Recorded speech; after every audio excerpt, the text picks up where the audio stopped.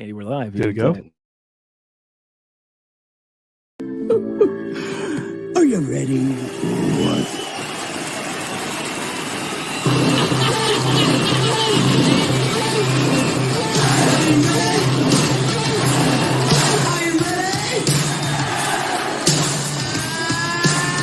Here we go. I got something to say.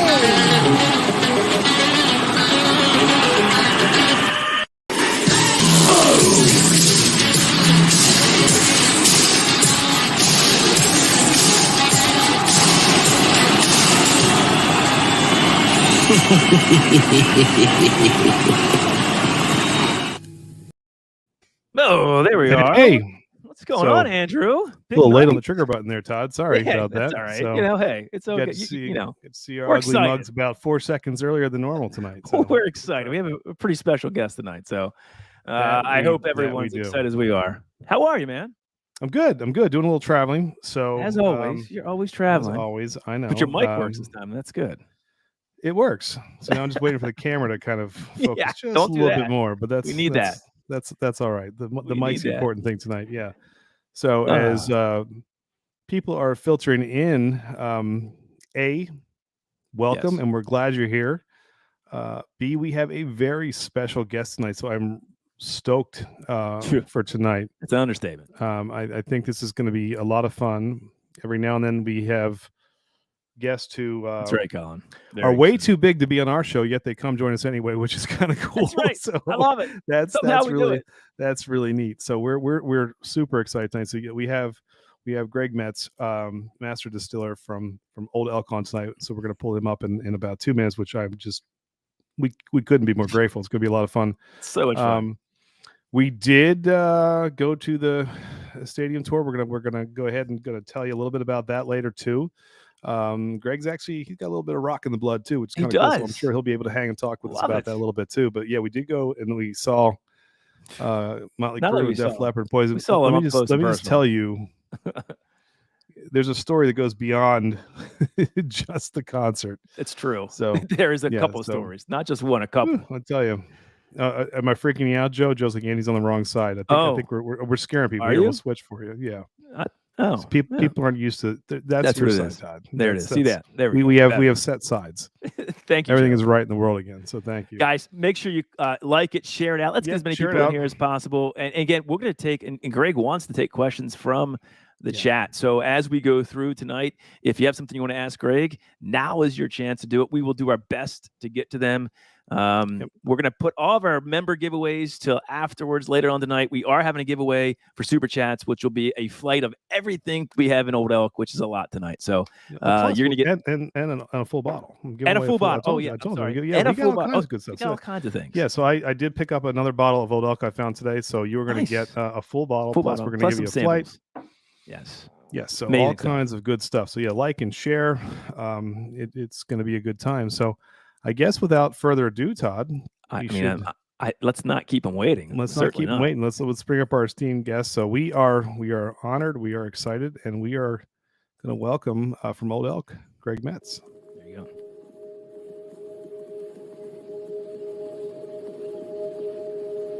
When I graduated from college, I had no idea what I was getting into. I just thought, man, it'd be pretty damn cool to be 23 and go make whiskey. And 40 years later, it's still pretty damn cool.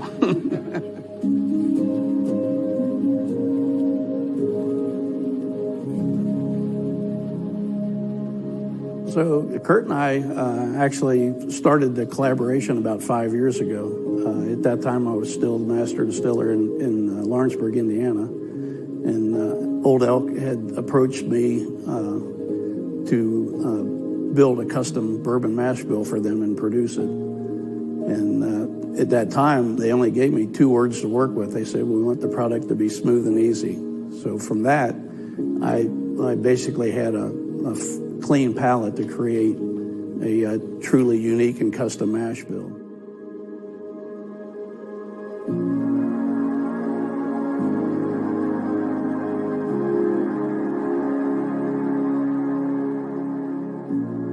The mash bill started with 51% corn, and that was to lay the foundation and bring in the robust characteristics of bourbon that are attributed to the corn. But then we upped the malted barley content up to 34%, which is 4 and 5 times higher than anybody else in the industry. And what that does is bring in sweet and smooth characteristics. And then we left 15% for rye, which brings in a spice characteristic. So a lot's been said about my hands over the years by various people, but one of the things that sets me apart from many other master distillers is I've actually been a hands-on master distiller my whole career. So I've been out in the trenches for all 40 years. So the Old Elk team is truly just a group of young, smart, passionate people. I mean, I'm the old goat in the crowd, and getting to work with folks that are young and passionate and smart has reinvigorated my career, and I couldn't be honored more to be part of that organization and that team. Old Elk is going to be a player in the bourbon and whiskey industry. People are going to recognize us as a world-class whiskey, as a world-class spirit, and as a world-class company.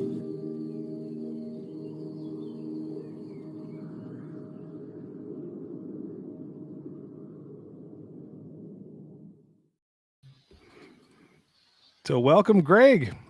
How we doing, gentlemen? Thanks for inviting me along. That's all our pleasure.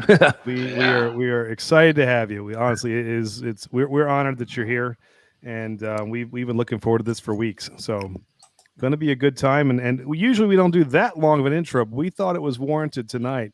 And I'll tell you, the one line that stuck with me is Old Elk's going to be a player, and indeed they are. I mean, I think that you're already putting out some amazing things, and I just can't wait to see what the future holds, because just some dynamite juice coming out of Colorado. So we'll let you tell us a little bit about, the floor is yours. Tell us a little bit about yourself, kind of your backstory, and kind of that journey that you've taken so far. 4 decades in the industry is a long time, and it's comes with some good stories. So yeah, well, I'd be glad to do that, and looking forward to a really fun event tonight. But as the video stated, there's some background in there, but essentially, I just started my 45th year in the business. I started back in 1978. And what was, I guess, unique about that period of time is companies actually came to campus to recruit for open positions that they had at their facilities. And as it was, in the spring of 78, I was graduating from the University of Cincinnati with a chemical engineering degree. And Seagrams was actually on campus looking to fill open positions that they had at the Lawrenceburg, Indiana distillery. So I went through that interview process and was really fortunate enough to have been offered a position there. But really beyond that, I didn't, at that point, didn't even really know what a master distiller was. And as I said in that video, the only thing I did know for sure that I was 23 years old and I was going to work for a company that made whiskey. Well, that's a pretty cool start. And frankly speaking, 45 years later, it's still really cool to be part of this industry. And, I tell folks all the time that you never know everything about the art and science of making whiskey. So every day you're part of it, you're going to learn something new about it. But then you fast forward. Well, I guess just to back up just a quick bit, really when I walked through the gate for the first time, the part that I didn't really know was that I was actually going to get the best training in the world from Seagrams, the Joseph V. Seagrams and Sons brands, on becoming a master distiller. And everything that they taught me over the 24-year period that I worked under their umbrella translated all the way to today relative to the processes and the procedures and the century and organoleptic training that I received under their umbrella. So fortunate for me, and maybe unfortunate for the industry, is I'm actually the last person to have gone through that Seagram training program. So that's cool. That's great. Yeah. But so then we take it from there and we fast forward to 2012. That's really when I met Old Elk for the first time. And again, at that point, I was Master Distiller at the Lawrenceburg Distillery. We were just transitioning from LDI to MGP, an ownership change. And Old Elk came to the plant and they were interested in getting into the whiskey business. But they set themselves apart from many of the other folks that we were producing, distillates and whiskeys for under, many different brand names. But the one thing about Old Elk is they wanted custom mash bills. Yeah. And what I came to find about Old Elk, during the 4 or 5 year period that I worked for them as a contract distiller, and then in the next 5 years after they asked me to join them full time back in 2017, there's really two things about Old Elk's DNA, and it's really pretty simple. So the company is built on bringing world-class quality products to the consumer first and foremost, and then the other thing that is represented really by our really all of our products is they want to be different than everybody else on the shelf. So when I met them in 2012, they asked me to produce a custom bourbon whiskey mash bill that was smooth and easy, and that wound up being the Old Elk flagship bourbon mash bill, which is incredibly high in malted barley relative to other bourbons on the shelf. And so I don't know if you're interested in how that whole mash bill transpired, but yes. So I was at that point, I think I was 35 years into my career at Lawrenceburg Distillery. Old Elk gave me the first opportunity to actually craft a custom mash bill. Right. Up to that point, I was producing an array of Seagram mash bills that became famous over Was that difficult, Greg, to get through? I mean, was that difficult to do, to get that process started, to do a proprietary sort of blend for Old Elk? I mean, was it, you've never done it before. So how's that pitch happen, and how's that come to fruition, I guess? Well, it wound up being really a simpler task than you might have thought. Okay. Really, at that point, I really just leveraged my experience. When they gave me the two terms, smooth and easy. Yeah. I knew I had to get the malted barley content way up in the mash bill. In the back of my mind, I also knew that all the mash bills that I had produced up to that point always had some degree of rye in it for a very nice spice characteristic. And I really wanted that to be part of the Old Elk taste profile. And to get that characteristic to follow through into the distillate, it takes a minimum of 15% rye. So really, from that point, it really became reverse math, if you will. I took the corn content in the bourbon mash bill to the minimum, which is 51%, to leave me as much room as I could get for malted barley. I factored in the 15% rye to get the really nice spice characteristic that I was after. And that left me room for 34% malted barley. And truth be known, if I could have got more malted barley into that mash bill, I would have probably taken it. But at the end of the day, after we produced it, the white distillate was exceptional, and it was free of all quality defects, which is one of the things that Old Elk that we talk about a lot is when we say world-class quality, we mean that our products are free of quality defects. So, at the time that we were putting that distillate into the barrel, there's no way that I could predict, what the end result was going to be relative to sensory and flavor and taste. But, I knew going in that if you put a top quality distillate into a barrel, it's going to become better. But if you put poor quality whiskey into a barrel will not make poor quality good, but it'll make good quality better. And so I knew that 12 years ago that that, 4 or 5 years down the road that we were going to be looking at something really nice. And as it turns out, it did turn out incredibly nice. And that's one of the ones that we'll be tasting through tonight. Maybe that's a good time to do it.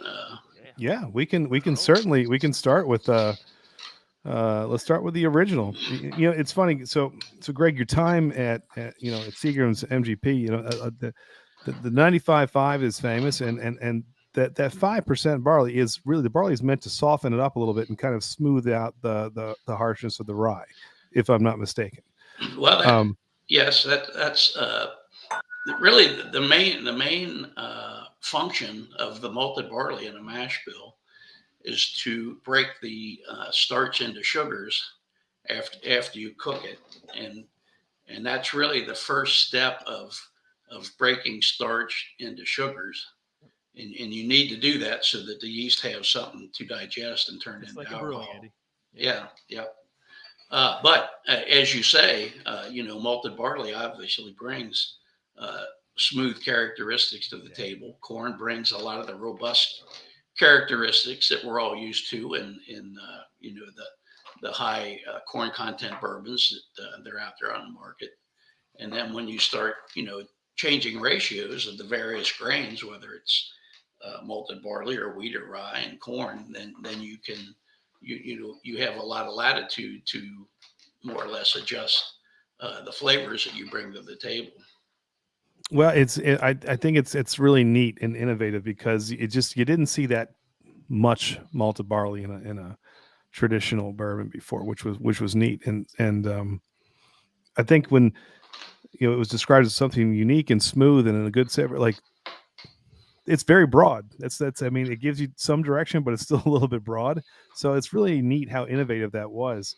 For those of you who are trying along with us at home, if you have an Old Elk, this is probably the one that may be the most accessible right now. But I don't know, Todd, if you've poured it, but this is their blended straight bourbon whiskey. So we'll be able to pour this out. Are we're doing the blended, or we're doing the blended straight bourbon or weeded bourbon? No, we're doing the original. The original. Okay. Yeah. Flagship bourbon. Yeah. Real quick question for you from the chat, Greg. Sure. Whiskey Mountains asked, you were talking earlier about how you were, trying different mash bills and small amounts. You're trying to understand how that works. So do you try a few different mash bills in small amounts and barrel for a little bit, and then try them young and try them to determine from there? Like the question of how you determine what's the right way to develop your genius mash bills and when it's ready. So that's the question from the chat. Well, we pretty much went all in. So, again, when I said I leveraged my experience, I knew, what characteristics the individual grains would bring to the table. And I knew, first and foremost, that I wanted rye in there for the spice note. I knew that the malted barley would bring me smooth characteristics. And, in knowing that, I knew that I'd be able to take the malt or the corn content to the minimum to give me the most room I could get for the malted barley. So that whole scenario was really just based on my 35 years experience at the time that we put that together. But once we produced it, the first batches, then we certainly evaluated the white distillate.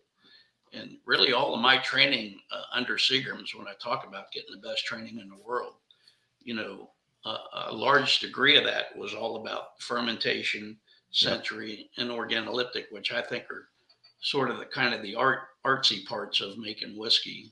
My background in chemical engineering certainly helped me with the processing and the conversions and all that type of thing. But so I got all my training was really information that was passed down from generation to generation, from master distiller to master distiller. So I trained under Larry Ebersold for about a 10-year period before I came master distiller, and he trained under a gentleman named Jack Palesti for probably about the same time frame. But in any case, when you have that experience, it's easy to leverage it relative to trying new things. And when you see a white distillate, again, my training was all really built around trying to identify quality defects more so than trying to identify certain flavor characteristics, if you will. So, when I see a white distillate and I see it's clean and has a lot of integrity, and tells me that it's free of quality defects that really I'm looking for. There you go. Right. Do you sell the white dog at your distillery or no? No, we give away a little sample of it. No, we don't.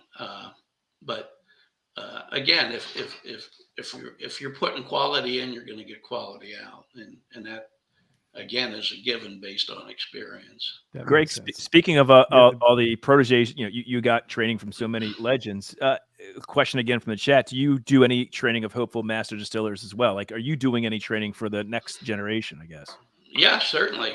So Melinda Maddox is our head production person out in Fort Collins. So she's responsible for harvesting the barrels that I send out there. She's responsible for all the blending. Nice. Awesome. Actually, she's been responsible for the whole cast finish program that we'll get to probably later in the program. So, yes. A lion's share of the work that has come out of that program is really all Mel. And, that's great. We'll get to talk about her later, hopefully. That's very exciting. I'm certainly doing what I can to, share everything that I've learned that's, pertinent to what she has to do in Fort Collins. So, but you've got some fans out there who said they're happy to train under your tutelage. So they're the questions that come in. We did have another one of our channels. I think you may know Marty from Whiskey Knows. He asked how the name Old Elk came to be. How that ended up becoming the name of the just look fledgling distillery at the time. Yeah, actually, that's sort of a twofold answer, if you will. Our owners, Kurt and Nancy Richardson, who are the founders of Otterbox phone covers, by the way. Kurt is an avid outdoorsman and is an avid elk hunter, and actually has a ranch called Old Elk Ranch. Yeah. So really, the name was really a carryover from Kurt, and then beyond that, we actually acquired the rights of Old Elk brand or name. It used to be a pre-prohibition brand under Stitzelweller that became extinct, and Old Elk was actually able to sort of purchase rights to that brand name. So it sort of all fell together more or less at the time that they were wanting to get into the business. That's very cool. And there was a question in the chat. I think it was Phil from Everything Spicy saying, "Listen, I've never had Old Elk. What should I start with?" So someone who this is a great question for you, Greg. Someone who is, and I don't think Phil will have a problem with me saying this. He's kind of new into bourbon, right? We've got him into bourbon. He's trying whiskeys. He's trying ryes. If you were to say someone who is new into whiskey, where should they start in the Old Elk portfolio? What's a good starting point for them to try first? Well, I would recommend Old Elk Flagship Bourbon or Old Elk Wheat Bourbon. I think those are... You'll like either, Phil. I think those are good entry points. I think Rye Whiskey is, in, I would say, many cases, an acquired taste if you're a seasoned bourbon drinker. So rye can be a little harder category to move to. Wheat whiskey, again, especially our mash bill, both of them are 95 percenters. Rye whiskey's 95 rye and the wheat whiskey's 95 wheat. So I think those are probably mash bills that may fit a more seasoned, more experienced American whiskey drinker, if you will. So so I would recommend the Flagship Bourbon or the Wheat Bourbon. I would say, maybe Todd, maybe that's where we should start. Should we get a nose on this the Flagship and do a little take? We're gonna have a whiskey with Greg Metze. That's kind of cool. Let's do it. So we've got this is this the blended straight bourbon whiskey, Andy? We're going with. Yeah, this is the kind of the OG that started it all. Yeah. So when I drink this, the nose you can smell the barley right away. I think that's the first thing I get from this. And I get chocolate on the palate. Big. I love that sort of barley. You talked about how smooth it was, but it softens it. But I love that sort of. It's not roast. It's like a milk chocolate in the barley. I get, Andy. What do you get? Todd, I don't want to. You don't want to know what I get. I don't know what you get. I want to know what Greg gets. So it's that's true. How terrible of me to say that. We have a guest. He's running his chops. Only I would do that. Well, I'd love to hear from the creator what you're pulling from the nose and off of this. Well, this will probably be disappointing because in many cases it doesn't matter what I think. That's right. But I tell people a lot that palates are like fingerprints. Everybody has them, and they're all different. So that's right. I never tell people what they're going to see, and I never tell people what they're going to taste, and I never tell people how to drink it. See, but I will answer your question. So, there you go. I love it. So for me, I get the classic vanilla and oak. Oh, yeah. I see some nice maple syrup in there, and maybe a little bit of amaretto. It's like amaretto. Yeah, nice. But again, I get the chocolate too. I don't know if that's. See, I do think it's very sweet on the nose, which I really like. Has kind of burnt sugar like note to it, which is really pretty. All right, we're gonna take a little sip here, Todd. There you go, Andy. Very nice. What do you got, Andy? Look at that. Look at him. He's taking it in. You got to take your time and enjoy it, right? Yeah. You know what I like is it's okay to chew it. That's right. For being under, it comes in 88 proof. What I love about this is that it's approachable.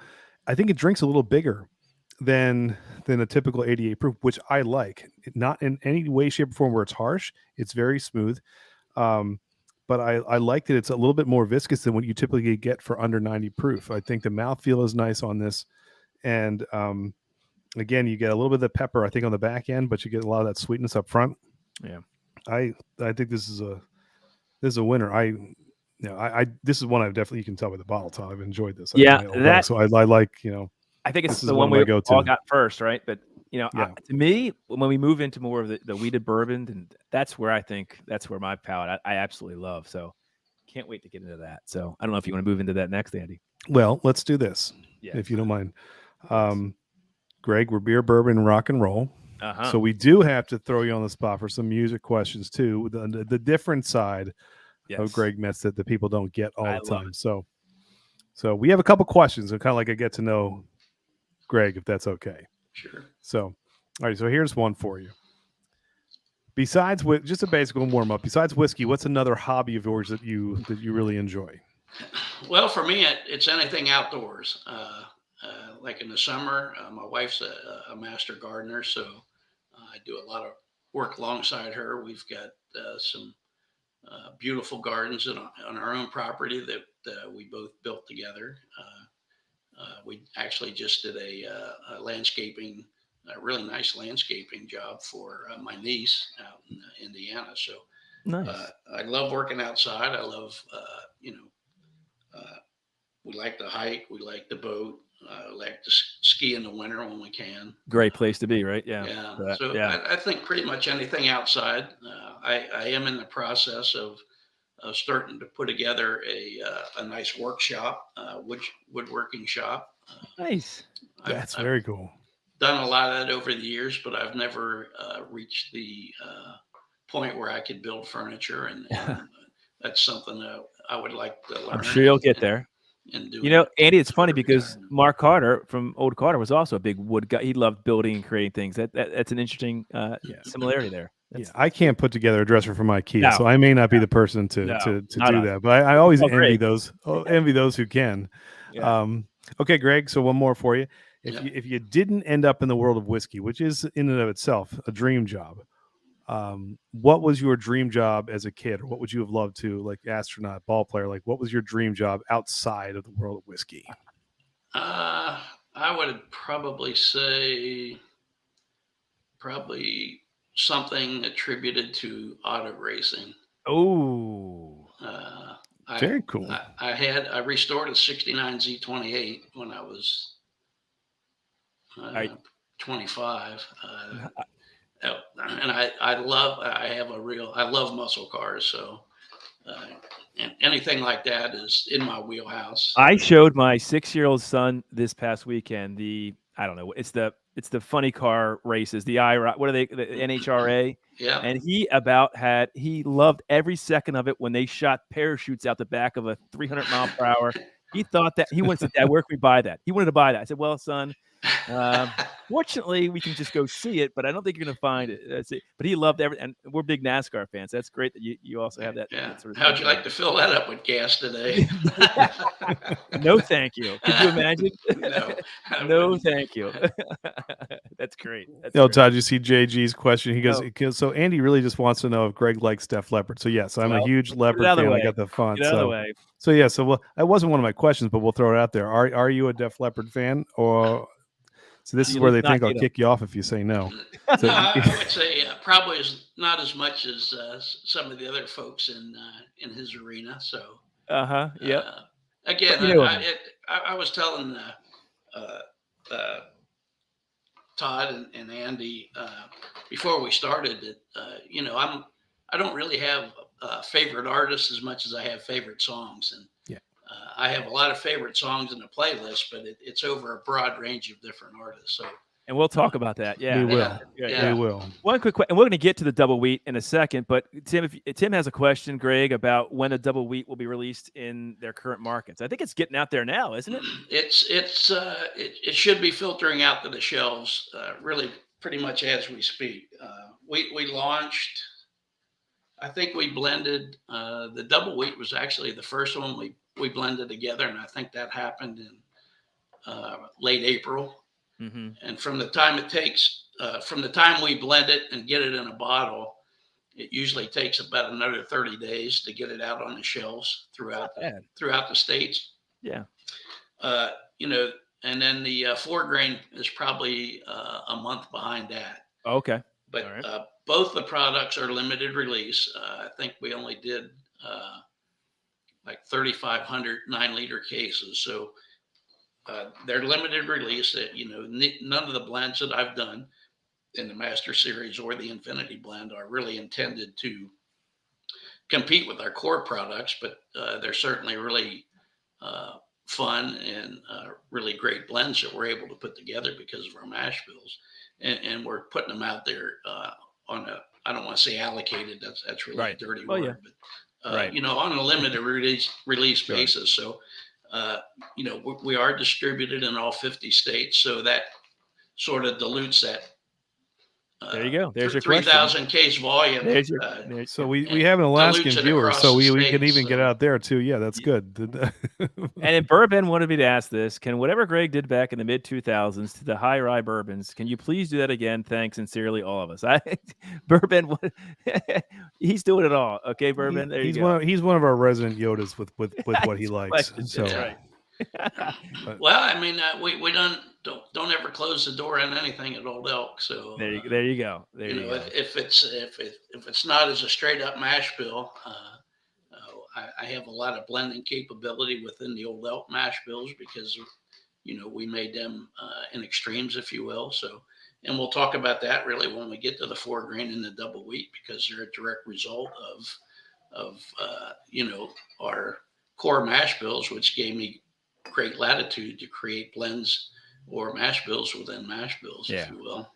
So there you go. You can see some people in our chat already have had the double wheat, and they're it's amazing. So we're going to sample on that a little bit. And you guys actually, Andy, as long as you don't drink all that sample, we could possibly maybe give away 1 ounce to a lucky winner tonight. So that I haven't tried it yet. If it's that good, then somebody's out of luck. Whoever gets that. Let's drink one more. I'll save it. Can we go to the weeded bourbon? Is that possible? Is that next, Greg? Can we go to the weeded bourbon or? Yeah, absolutely. Yeah.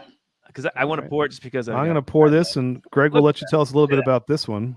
No, this is. Oh, go ahead, Todd. Showcase it. I love this. We got to put it is cool. Come go on. ahead. Let's take a look at it. Look at it. It's the Golden Elk pour. Out of the weeded bourbon. I'm not jealous often, Todd, but I'm so jealous of that. I want one of those. Well, Greg, you did silver. You did gold. I think we're having possibly another one coming soon, right? Is that true? Can we say that or no?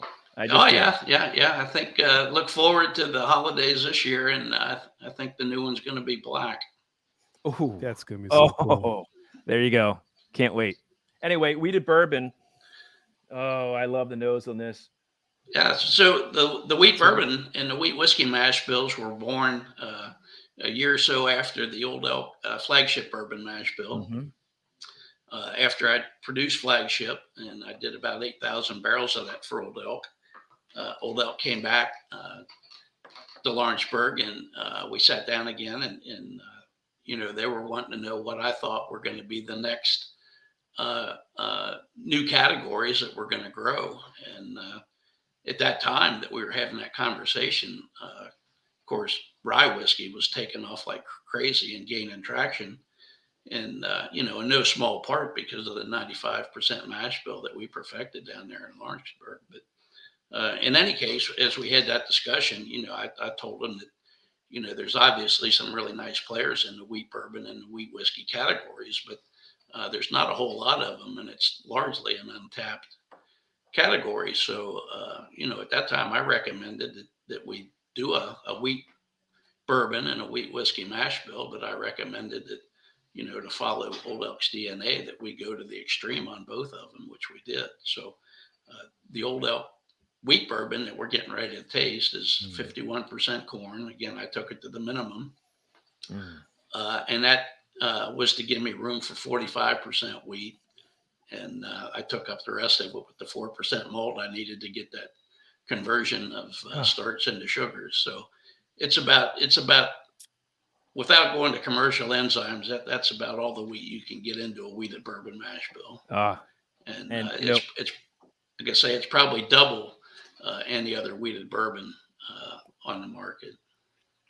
Whew, it smells great. I love this. I get off the nose and on the palate, that sort of creaminess, that creme brulee, almost like a creme brulee sweetness off of it. I absolutely love that flavor profile in the high wheaters. And this is just, you get some fruit notes as well on this. I just think for 92 proof, Andy, the complexity off this is just super, super good. I mean, I'll mimic what I said about the straight, the blended straight bourbon whiskey. Is that it drinks very, it's very viscous, it's very chewy. I love that for a lower proof bourbon. I think it's fantastic, and it's not easy to do. No. So yeah, how do you do it, Craig?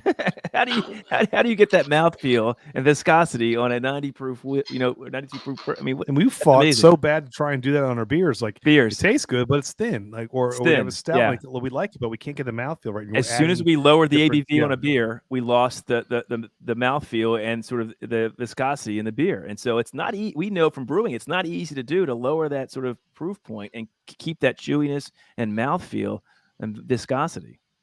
Well, this is an interesting fact for you guys. All right. Up to the point of creating this mash bill and producing it, that was my first experience with wheat in any mash bill. So I was 37 years into my career, and the first wheat mash bill that I created is the one that we're looking at. So you got it right on the first try. Yeah, well, first try. That's not our story. That's never our story. I will tell you true that I'm still learning about wheat and the characteristics of wheat and mash bills. So when I crafted these, I was certain in my mind that, in 4 years they were going to be ready for market.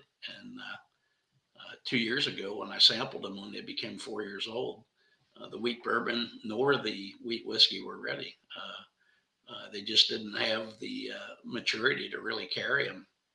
And, subsequently, what I've realized is that because these mash bills in our wheated categories are as low as you can go on corn, or in the wheat whiskey instance, there's no corn in it. So what I found is that corn, because it brings, the robust characteristics of a bourbon to the table, in many cases will overshadow the really nice wheat components that wheat brings to the table.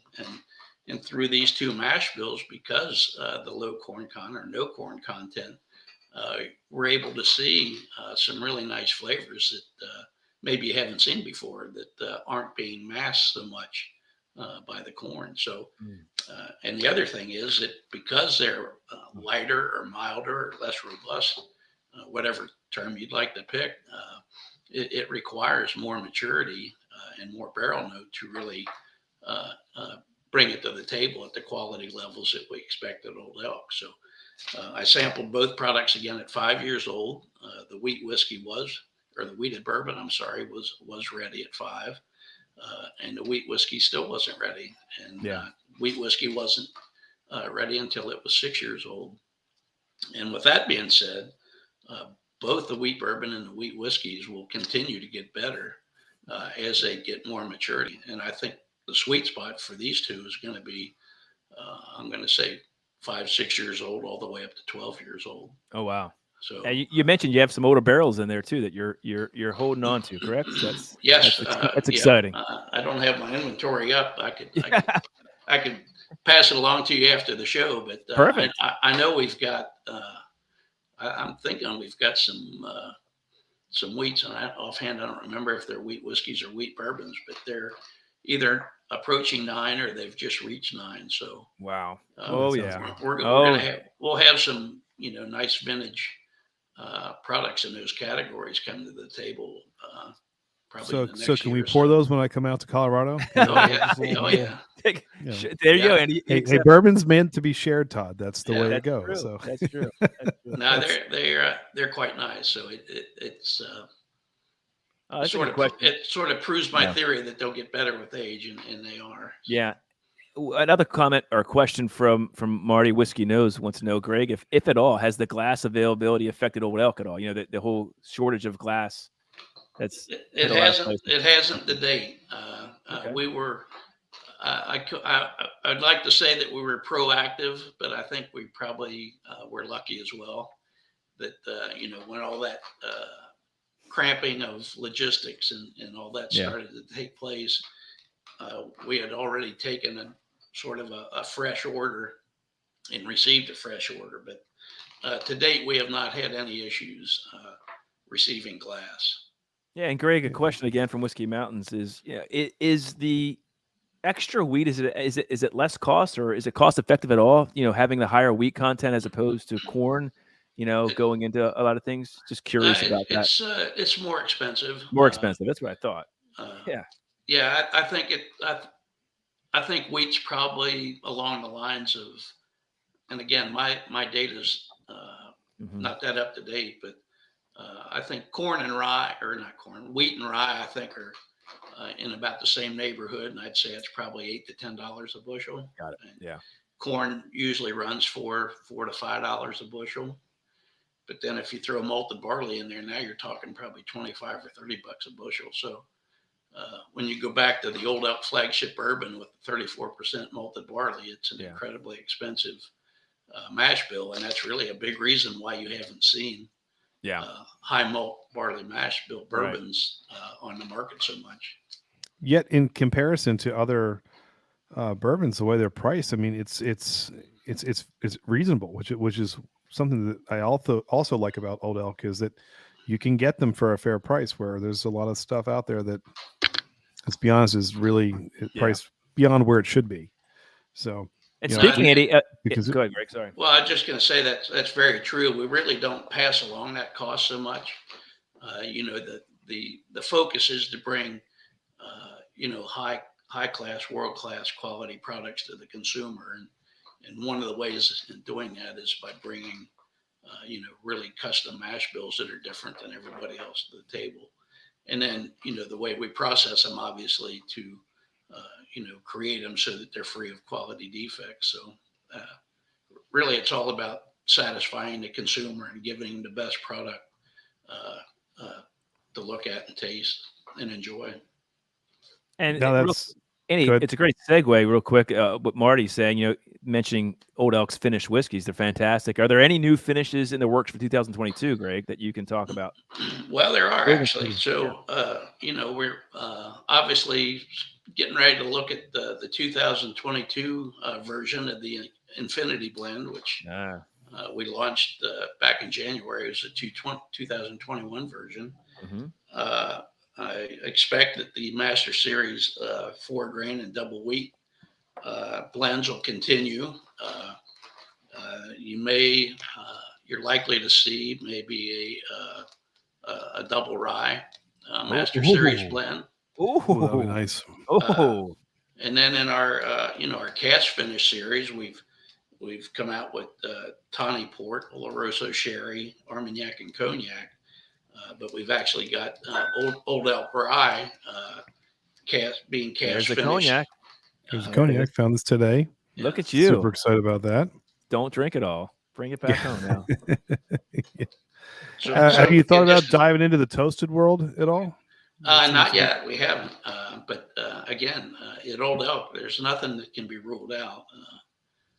But the rum finish is about ready, so I'd look forward to that too. That sounds I love. Really yes. And you do have a rye too. I'm actually kicking myself. I've only seen it once, and I didn't grab it. I'm sorry to say. Come on, Andy.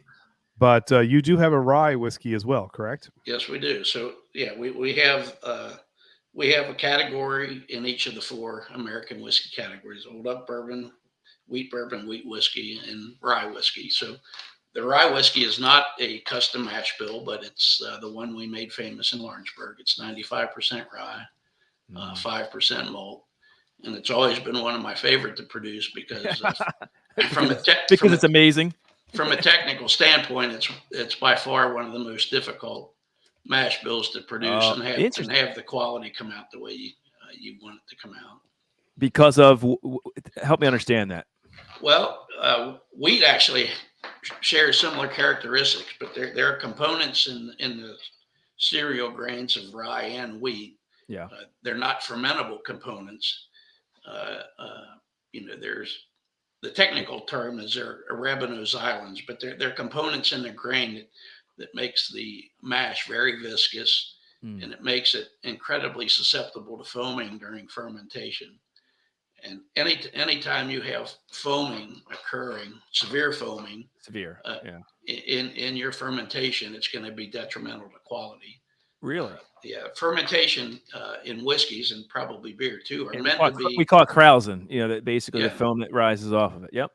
They're meant to be anaerobic fermentations, free of oxygen. You don't want oxygen or oxidation occurring in your fermenter. So when you ferment a bushel of grain, you get about a third of a bushel becomes alcohol. About a third of it will become CO2 gas, which is heavier than air. So as you're producing CO2 gas during fermentation, it actually forms a cap over the top of your fermenter that basically protects it from oxygen in the outside air. Well, when you have foaming, the opposite occurs. That foaming disrupts that cap. I see. And actually starts pulling air into your fermenter, which I was shocked when we went to Sagamore, Andy, and saw the open fermenters. With beer, everything's closed, right? There's no open fermentation where you see when we go and look at that, it's right there, and you can see the cap on it. So it's interesting. Yeah. Well, a little segue there. Sorry. Yeah. Sorry. Yeah. No worries. Now, Todd, I don't know if I should do this or not. Of course you should. If you have a doubt, you should then. Oh, go ahead. Okay. Why? One of our viewers had asked if Greg had ever heard of a certain Maker's Mark bottle before. So I don't want to embarrass you, Todd, but Todd, our resident you're going to do this in front of Greg Metz, aren't you? I'm going to do it in front of Greg you Metz. Might embarrass me.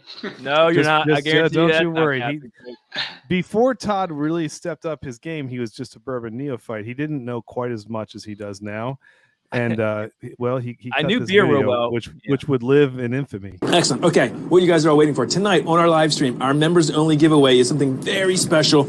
We are giving away our top 5 whiskeys of 2020 to a lucky winner. Those are going to be the Knob Creek 12-year Select, the Wild Turkey Rare Breed Ride, the Rare Breed Masters Tier 17, the Old Crow Double Barrel 47, and then the Maker's Mark's P90X. All absolutely amazing bourbons that you can't find easily that Andy has. One lucky member will get it. So we can't wait to see you tonight, 8:30 p.m.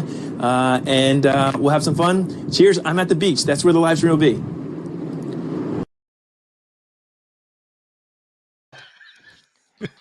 So great. I wish you could have seen Greg's initial reaction. It was fantastic. It was. Well, I exercised on that bottle before, I guess. Well, in my defense, Greg, as Andy said, he sent me those as a list of bourbons we were giving away, and at the time, I didn't know what I was talking about, obviously. He And kept bugging me and bugging me. He's like, Andy, I need your list. And so I just wrote down, I made up stuff. And I threw one that I knew he knew. The Wild Turkey Rare Breed Rye was real. I made the other ones up. And I was like, but there's no way he'll actually read Maker's Mark P90X. And so now it's because like every week, everyone says, you've got to play it. Play the P90X. So when we do our first pick, we're going to have to name it P90X because everyone's is just, dying about it. So there's Todd and his P90 is Maker's Mark P90X. We play it for Greg. We have to start somewhere, Greg. We have to start I think somewhere. it's catchy. I think if I were Makers, I'd have to consider that. It's pretty catchy. Poor Todd. Embarrassed in front of Greg. At least Greg has his sense of humor. That's all I have to say. Thank goodness. I can't believe it. Anyway, Andy, can we drink more bourbon then? Because I think while you're getting ready to pour some, let's ask Greg a few more questions in our get to know Greg. Just absolutely. So, okay. Yes. Greg, is there one particular bottle of whiskey so good, and everyone says that they said no, you have to share it with everybody, but that you wouldn't share with even your best friends because it's just that good? Not really. No. No.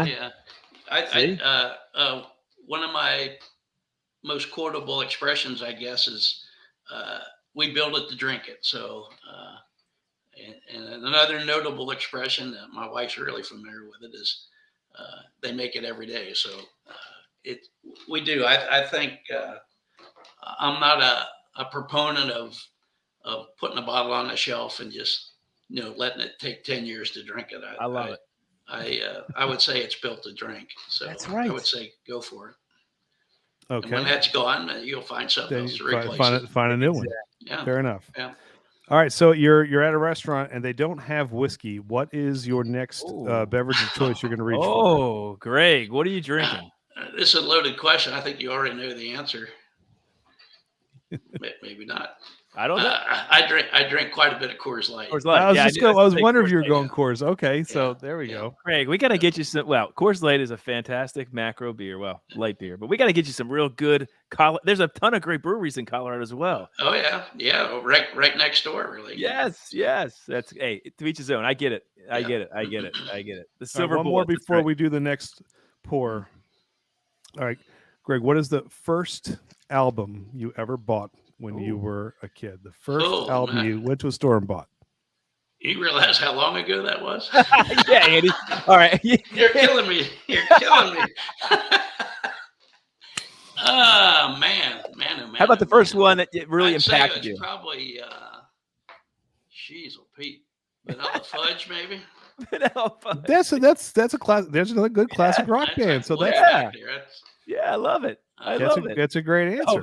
There you go. Vanilla Fudge. Todd, what was yours? What was the first album you bought again? First album, not CD or cassette. What was the first album? Did you ever tell us?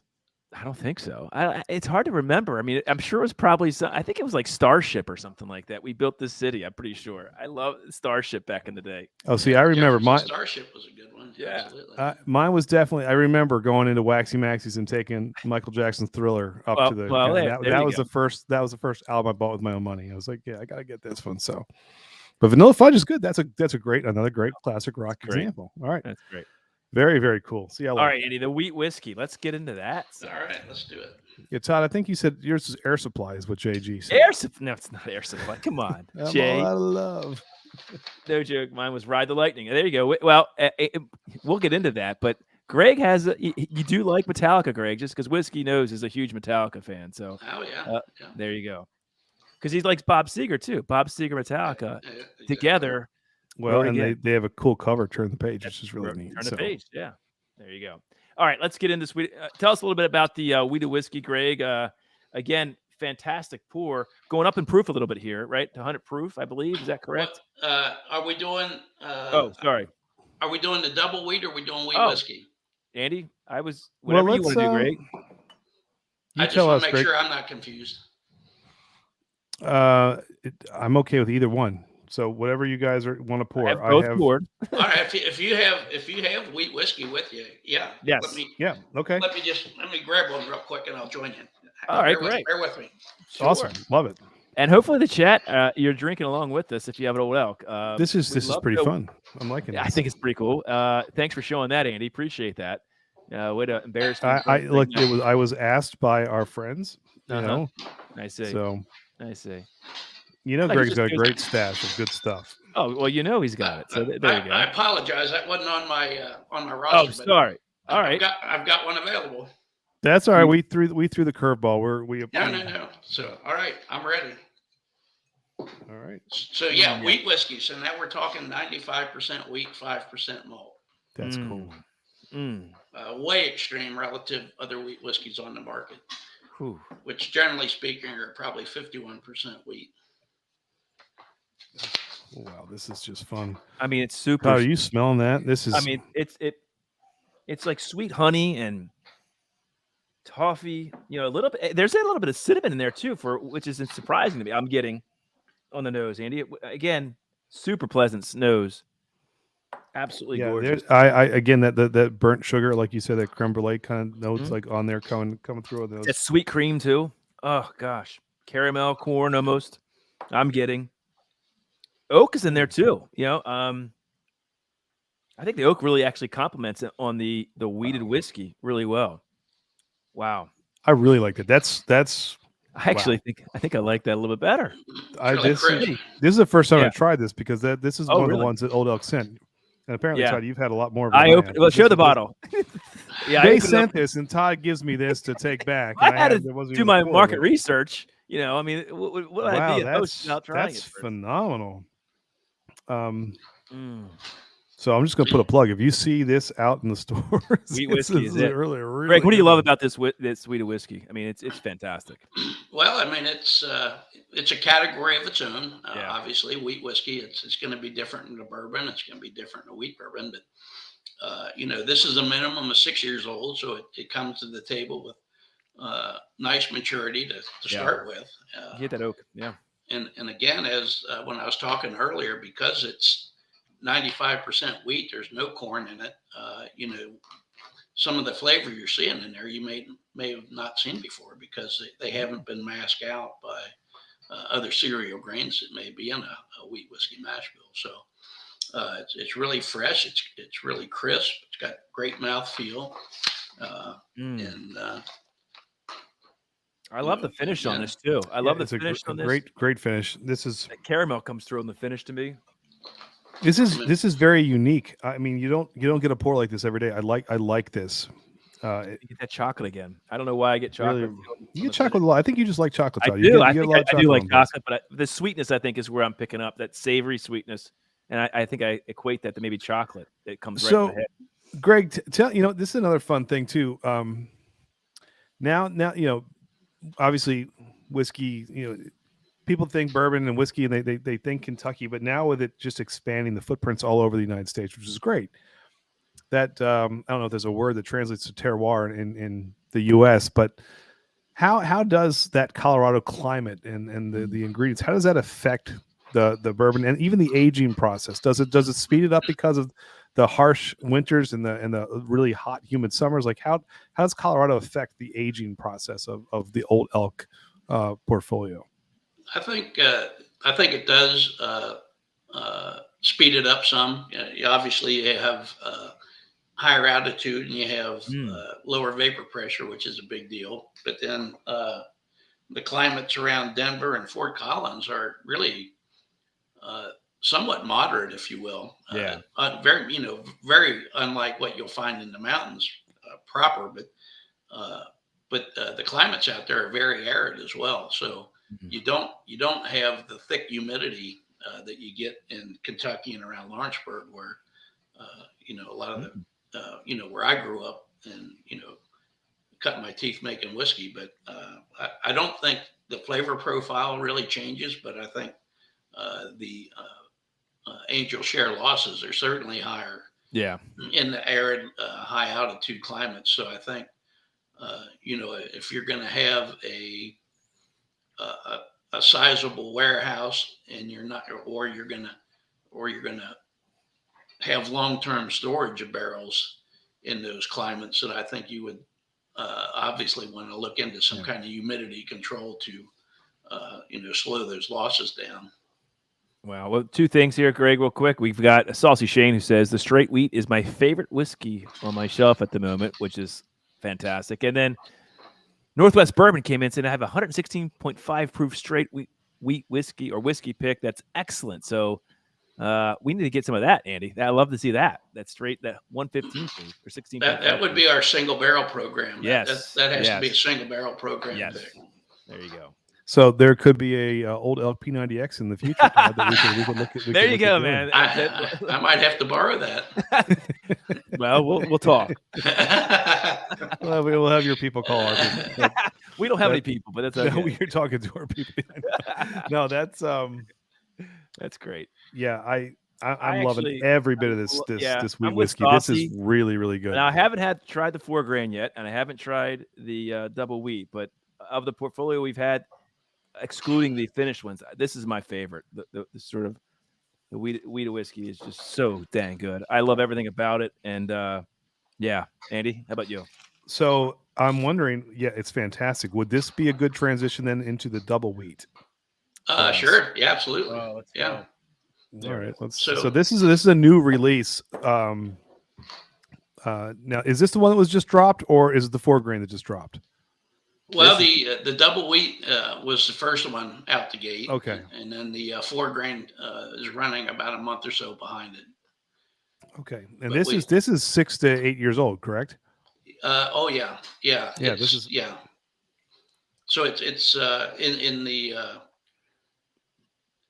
the double wheat is a blend of our 2 Old Elk mash bills, the wheat bourbon, Oh God. and the wheat whiskey mash bills. So again, because of those 2 mash bills were so extreme relative to the ratios of grain in those mash bills, by blending them, I was actually able to what I would call create a mash bill within a mash bill. So in the case of the double wheat that we're trying now, that is a mix of Old Elk wheat bourbon and Old Elk wheat whiskey, and those are 6 to 8 year old whiskeys that were blended to create this Andy, Master Series blend.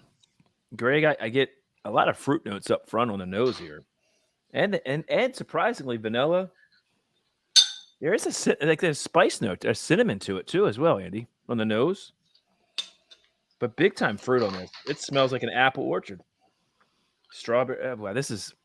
Cheers! I haven't tried this yet, Andy. You haven't tried this yet either. I haven't tried it either, but all right, this is our virgin experience, folks. This is the one that you could get a sample of, if unless Andy doesn't I drink it all. decide to drink the rest of it because it's really good. So, chances are none of you. No, No, Andy, save an ounce. some. I'll save some for the people. I'm just kidding, Todd. I saved an ounce for more than an ounce, probably for a giveaway. Right there of the 4 grain, which isn't even out yet. So that's what you're playing for tonight. So okay. So the proof on that one is coming to market at 107.1 proof. the 4 grain or the which one was the 4 grain? The double wheat. Double wheat. Okay. Yeah, and the composite mash bill that was sort of crafted between the 2 mash bills it was created with is winds up being about 71.5% wheat, which is still quite high, 25% corn, 3.5% malted barley. This is fruit forward. This is delicious. Okay, I just scratched what I said. So this is my favorite one so far. So if Todd falls in love easy, I'll just say, let you know. Now, Oh my goodness! if Greg hadn't said what he said about you should share with your friends, I might keep the rest of this for me, but I'm not going to do that. I'm going to be a good guy. Yes, and I am going to say I do have. So you'll be getting this too, along with the new. So the 2 new releases are coming with the full bottle of the Old Elk. So you guys are going to be sitting pretty with a little taste of Colorado tonight. So that'll be fun. Oh, I this love it. This is beautiful though. This is a really really nice. Like bourbon. apple cinnamon on this. I mean, it's like a. I hope we can find this. Make sure it comes to Maryland here, Greg. We want to get this. We'll search for it. I know you're here. We'll find it. We'll find it. All right, we've had some. I'll get my buddy Alex to help you out. He's go. Responsible for that neck of the woods. So I will. All right, I will reach out to him tonight or tomorrow, and we'll see if we can't take care of you guys. That's very cool. Thank you. Yeah.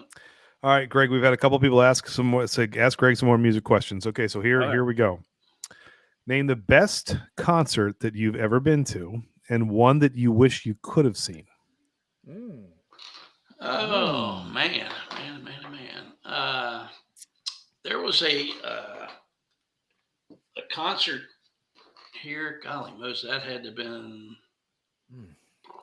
40. I'm going to say 45 years ago, and it was at Edgewater Drag Strip here in Cincinnati. And it was actually 10 bands. It was sort of a mini Woodstock. Oh, I love it. But I remember REO Speedwagon was there. Oh, I believe Joe Walsh was there. oh, geez. And I can't remember really the other 8, but it was Joe Walsh all day affair. And I love it. Maybe by the end of it, maybe that's why I can't remember the other 8. Andy, we've had a few of those. We did. So we ended up. So it was. What was it? 2005, Todd, or 4? 7. You talking about Rocklahoma? Yeah. So we get this call that there's going to be. We were big 80s rock fans. There's going to be this big 80s rock festival out in the middle of a cornfield in Pryor, Oklahoma. It's about 30 miles middle south, of nowhere. Tornado 30 Alley. miles south of Tulsa. Yeah. And it was a 3-day festival of all the old 80s bands got together. And so you had your Poisons and your Rats, your Warrants. All these guys are all together for 3 days. And so Todd and I and about 3 of our buddies were like, we got to find our way to the middle of the country. So we flew out to Tulsa. We rented an RV. We stayed in the middle of a cornfield, camped for 3 days. And it was the most fun we've had. And I mean, we could not. Wow. It was an absolute blast. It was a blast. So, problem was, a semi-tornado came through the last night and wrecked our RV. We had an awning that was out. We lost a deductible on that. $500. Yes, we did. We did. They probably didn't care either. We didn't. No, we didn't. You know how like it's beautiful. I mean, it was beautiful. Like skies were blue and clear. We went to the show, and all of a sudden, I mean, it just turned black in like 30 seconds. And then they were like, "Everybody take cover." We went back, and it just. The awning was gone. There was stuff sprawled all over the place, but it was a heck of a lot of fun. So, all right, so that's cool. So, Eileen, we will get Joe Walsh. I promise you, if you win, we will get to you. We'll do both of them after. Yep. Greg. If you win, I will email you directly. I know you're about to lose power, so I apologize. We're going to delay that till the end. So, okay, Greg. So, you're coming up with the next latest and greatest batch for Old Elk. Something else that's new and exciting. What song are you playing to get you and your team to pump up as you're working? What are you playing? Oh, what are you playing? Since you're a guy of favorites, not bands, or a couple songs, it's going to get the team rallied and ready to go. That's awesome. I think it doesn't have to be that one all the time, but I'd say Jessica with the Allman Brothers would. There it is. Would be tuned up at a very high level, and I like it. To get the juices flowing. There you go. There it is, the Allman Brothers. There it is. I knew it. We get them out of them. There it is. I have a question. You got all the youngsters out there saying, "Who the hell are they?" Oh, come on. We're not as young as you think there, Greg. I can guarantee you that. If you want to know what I went through today, I'm not very young, Andy. You know what I went through today. He wasn't allowed to eat for 24 hours. Yeah. I turned 45, and certain things have to happen when you turn 45. They do stuff. You know what I'm talking about. Better you than me, buddy. So I had a clean bill of health, though. That's the good thing. So there you go. That's very important. It is. Screening is good. That's right. Exactly. So, My question, Greg, I have a question. You mentioned you do like Metallica. I just wanted to know this because Marty, who you're going to be on July 12th. I don't know if you know this, but July 12th, Whiskey Knows. We hope we'll go over there and support that as well. He's a big Metallica fan. I would love to know. You mentioned you do like Metallica. What's your favorite Metallica song? If you had to pick one song, you're a song guy. What song is it? The Bob Seger Metallica combination sort of that one's quite nice. There you go, Andy. There it is. I knew it. Yeah. I knew it. Have you met Marty before, Greg? No, I'm sure not. Because I probably have. Marty also he was inspired by Todd's P90X, and he sent us his own video. A couple people actually have.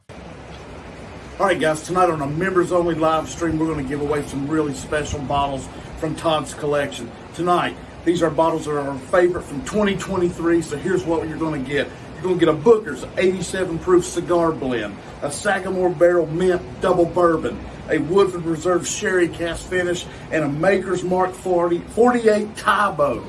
Stay tuned and see who wins. So it was such a big hit.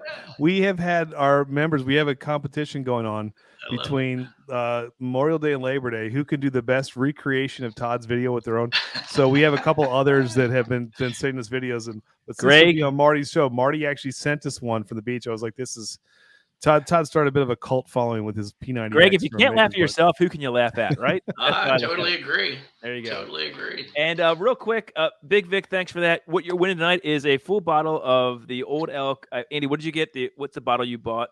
This is the blended straight bourbon. This is the OG. Samples of their brand new 4-grain, which we're about to get to, and double wheat, and whatever else Old Elk we have that's sent to you guys. So it's an Old Elk night tonight. Whoever wins tonight is getting that package. So there you go. So Marty, I didn't mean to embarrass you, buddy, but you know what? If I'm going to embarrass Todd, I can embarrass you too. Let's get to our last whiskey, Andy. Any other questions? I'm really excited to try this 4-grain because we've got some rye in here, right? So, and I want to ask Greg about sort of the process here and how he figured out the mash bill. There's 4 grains. Greg, take it away. Tell us about this whiskey. So yeah, the 4-grain again is a blend of 2 of our Old Elk core categories. It's a blend of Old Elk flagship bourbon and Old Elk weeded bourbon. And again, it's sort of a mash bill created within a mash bill. Mm-hmm. And the composite, the grain ratios winds up being 51% corn, 22.5% wheat, 19% barley, and 7.5% rye. So a really nice mix of all 4 grains. Really still pretty high contents of wheat, barley, and rye. So again, if you haven't tried it, I think you'll be impressed. All right, let's go. Yeah, I'm excited because in full transparency, Todd, I've had some 4 grains that have not been winners, so I'm really excited to dive into this. This one's offered at 105.9 proof. Ooh, it's got a great nose. Well, I can. You can smell that rye in there a little bit too. I know it's a very small amount though, but maybe it's the barley too. That barley rye combination just is nice on the nose. Cheers. Let's get into it. Oh, that's good. Oh, I like that. See? Ooh. Well, you can tell that's really good. It dances on your tongue for a little while, which I like too. There's a lot of things going on there, and that's there's a nutty note to this though, like almost like an almondy kind of note that kind of comes through a little bit. I think the rye is the other ones didn't have. Andy, the rye is present, but that sort of that sweet caramel corn cuts through it too. That flavor, I love how that plays together. This is really good. You said almond, yeah, I get the almond. Yeah, too. Do you get like a little nutty note like presence on that? Yes, I get. Am I crazy on that, Greg, or is it? No. That's one of the notes that we have published in our profile. So there you go. Yeah. Oh, I like that. That's good. You know what I like this? This is a whiskey that I think is going to basically be something. If you like rye or weeded bourbons, I think you'll like this. Like, so if you like rye, you're going to like this, and if you like weeded bourbons, you're going to like this. That's the marriage of all this. That's what I think is very cool about this whiskey. Wow, that's pretty. Oh, yeah, Eric, I like that a lot. I'm sending yours out tomorrow, so just. Oh, Eric's looking to go back-to-back winners 2 weeks in a row. We'll see Eric, what happens. I'm sorry, it's been delayed. I was away this weekend. Your winnings from last week are going out, so yes, there you go. It wasn't me this time, Eric. I sent all the stuff to Todd. So right for there. once, it wasn't. You can't blame this one on me. So that's good. So Greg, you said this is about a month delayed from the double wheat, correct? Yeah, it should be making its way out to the shelf. I think we blended these up probably in May. Oh man! Probably bottled them at end of May, so I'd give it a month. End of June. Yeah, end of this month they ought to start making their way to the shelves. That's fantastic. So I don't know between the two of the double wheat and 4 grain, they're completely different, but yeah, they're very different. Very different. I want both of them. And I think, that's the other thing I like about, though, the portfolio has a lot of unique expressions that I think is really fun. There's kind of something for everybody here, which is neat. And we haven't even delved into the finished series yet, or the Infinity series, or even like this, the sour mash, like the reserve series. Like there's a lot of stuff that, I think there's something for everybody, which I really like about what's coming out of Colorado. So this is, Can I say this is beautiful. real quick? Whiskey knows, Marty. Yeah, Colin Smith has been great. He's set this up for us, Greg. Yeah. He has been absolutely fantastic. And I echo what Marty's saying below. Super fun to work with. Has made this process great. So kudos to Colin. Thank you, Colin, for putting this together. So cheers to him. Absolutely. Cheers to Colin. Yeah, let's do that. There you go. Yeah, Colin, if you're watching, cheers, Colin. brother. Thank you. Salute. Yeah, salute. They're not all that easy to work with. Trust me, Colin. Thank you. They are not. Yeah. So, all right. So that being said, we've gotten through the entire allotment. I mean, it's just amazing. We haven't even. I would love to talk more about the finished whiskeys, Andy, that you picked up, because we can. Well, I don't have it if you'd like. I mean, I do have the cognac here. I guess the last transition for some of those questions are the get to know Greg. Yeah. Yes. There we go. All right. So end this up. Yeah. A couple more. All right. Yes. And this you're allowed one last meal, complete with an accompanying drink. What would it be? What is your last meal with the drink of your choice? Well, let's see. I would probably. What will Greg go for? Will he go for I feel like it's got to be. I feel like it's got to be some sort of good meat, because you're out there in Colorado. So too. Yeah, I think it's got to be. Maybe not though. I don't know. We don't know. I would say it's going to be a nice piece of smoked brisket. Oh yes. And a rye whiskey. Oh, yeah. I like that. A 95.5 rye whiskey. Yeah. There we go. I like that. There we go. Love it. And I'm hoping that's about 30 years away. There you go. Yeah, Old Elk. It wasn't. Yes. Just a generic question. Any pigs in a blanket, right? My pigs. All right. Favorite movie of all time, Greg. And then,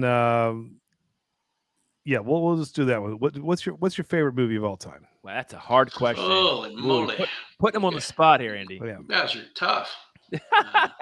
It's all fun. It's all fun. I'll go out on a limb here. I'm gonna say I haven't seen it yet, but I think it's gonna be the new Top Gun. Yes. It's so good. Oh my goodness, it's so good. So we're gonna see that in the next couple of weeks. Yes. My dad. I called my dad the other night, and he texted me, "Leave me alone, son. I'm watching the new Top Gun." He loved it. Everybody I've talked to says, I can't believe this. They say it's better than the original. Like everyone I've talked to said it's that good. Yes. So yeah, my wife and I watched Top Gun original about 2 weeks ago, and just to prep for the new. Get you ready. Love it. I have to see that too. That's a great answer. Yeah. It's right. a great answer. The old Top Gun. All right, Andy. So let's give away. So guys, last chance to get into the giveaway for the Old Elk full bottle of their blended straight bourbon whiskey, and then the sample pack, which will include the 4 grain, the very brand new 4 grain. That's how much I have left, Andy. How much do you have left of the? No, I saved a lot. I was very. Look at that. And then actually, there's more of this one, Todd. The weeded bourbon. Yeah, the weeded bourbon, and also the weeded. And I'll throw in the cognac too. Plus, remember, you get the full bottle, by the way, of the Old Elk. So we're giving. There you go. Hey, Greg, I noticed this too. This is kind of I don't know. It's a little minor thing. You guys changed the bottle design, didn't you? This is the original. That's more squarish, and this has got a little more of a rounded top on the new ones. Yeah. Yeah, we did that. I think we did that maybe a little less than 2 years ago. Okay. So yeah, it's more of an imperial, more of a decanter look. It's got thicker glass on the bottom, so it plays well on the shelf. I like that. Thank you, Mark. Yeah. Oh, sorry, Andy. Go ahead. That's all right. No.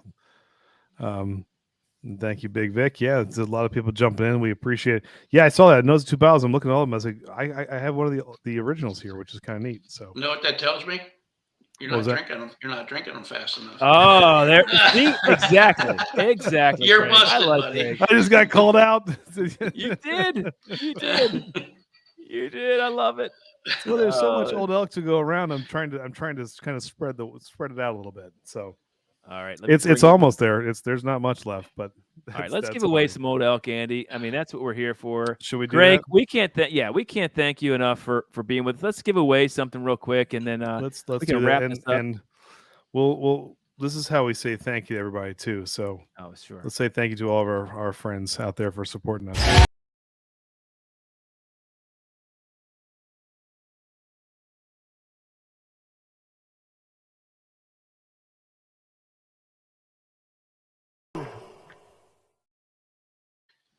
See, that's yeah, baby. There's your Def Leppard, Greg. We love rock and roll, Greg. So, all right, Andy. Everybody, thank you for the support. Greg, thank you for joining us. Let's give away some Old Elk. Somebody will get a nice sample pack and a whole bottle of Old Elk. And if our mods can put the Old Elk, I think you can buy directly from Old Elk's website too in certain states. So please, Amy Boehm, Sugar Kitty, if you can, put up those links. Let's get to Old Elk. And Andy, we need to make a trip out to Colorado, I think, ASAP. So yeah. No doubt. Oh, and by the way, well, this is cool. Marty just texted me. Who's Greg's going to be on the show in a few weeks. Yeah, he's going to throw in a sample of the Old Elk sherry finish since I'm throwing in the cognac. So he's going to so look there. Somebody's getting a lot of. Somebody's walking out of here with a Marty, lot of Old Elk tonight. Whiskey knows. That's kind of cool. Thank you, brother. All right, Andy, are you ready to give it away? Yep. Is it up? All right, let's see who wins the Old Elk sample pack and full bottle. So, congrats to whoever wins. Andy, here we go. Yep, spin that beautiful wheel, Todd. It's a lot in here. And the winner is Whiskey Mountains, Adriana. Oh, well, that's great. There we go. There you go. All right. Adriana winning. A good friend of ours out in Utah, which is really cool. So very good. She was the one that wanted to be the aspiring master distiller. That's so right. There you go. Adriana, that's very cool. Adriana's going to be very happy. Love it. Well, Greg, thank you for coming on with us. I mean, it's amazing that, two schleps from Baltimore can get a master distiller like you to come on. And Andy, I mean, how amazing is this, right? No, I mean, we were really excited. But the other thing is too, some people you get excited, then you meet them and you're not as excited anymore. So you're not one of those people. It was really fun. You played along with us, you're a good sport with the music questions and everything. So we really do. We're very appreciative and we're very honored. So thank you, Greg, very much. No, it's been my pleasure. I had a blast. It was a lot of fun and awesome. Great to meet you folks. And I'm sure we'll do it again sometime. Yeah, we'd love to. And I am going to come out to Colorado. So I might have to. Yeah, give us a heads up, and like I said, we'll put on a good show for you. There you go. Can't wait. Wonderful. That's awesome. So. Thank you, Greg. There is Adriana. She's so excited. Normally, there you go. There you go, Adriana. She's excited to get her Old Elk. So perfect. All right, she loves deal. it. All right, Greg. Thank you so much. Really appreciate everything. Have a great night. Thank you, Greg. We appreciate you. Good night, all. Good night. Wow. Random applause. Oh my God, that's so awesome. That's awesome. I mean, if you can't connect with Old Elk now, I mean, I don't know how you can't. I mean, that's no. So everybody out there, if you don't have, if you haven't tried Old Elk yet, you need to do that because, I mean, just great stuff coming out of there. And you get to meet the people behind it, which is even more fun. Like that's kind of neat. There's always a story with whiskey. And I think that's the most fun part about it is that, it just makes the experience all that much better. So we appreciate it. And we appreciate all of you. Thank you for being here with us tonight. We had an absolute blast. So we are off next week. I'm on vacation. Todd's on vacation. We'll be back in 2 weeks. We've got Justin and George from All of You in Drug City coming on with us, which is going to be a lot of fun. Also, Greg had a hand in that. That's the Beautiful Maryland Heritage Series. That's true. We'll see you for that. But in the meantime, in the words of the infamous Def Leppard, until next time, and there will be a next time. Cheers, folks. Cheers, everybody. I think Greg's still watching. I'm just gonna embarrass you one more time to send you out. Let's see what I can do just to embarrass you one more time since he's He's still watching. What can I do for Todd? What can I do for Todd? I think the double wheat was my favorite. So there you go. The double wheat was really good. Yeah. That was really good. We'll do a little. No, me? Come on, get it out of here. No, I don't. It can't be that. Can't be that bad. We'll do Todd singing. That should. Oh, Greg what? will be really impressed Why am by I this. singing? So so this is Todd's best version of Def Leppard. We'll see you all next week, guys. Cheers. Cheers. No, 2 weeks. Take a bottle, shake it up. I'm not doing that all. You're gonna put that in. I'm stopping before you do that.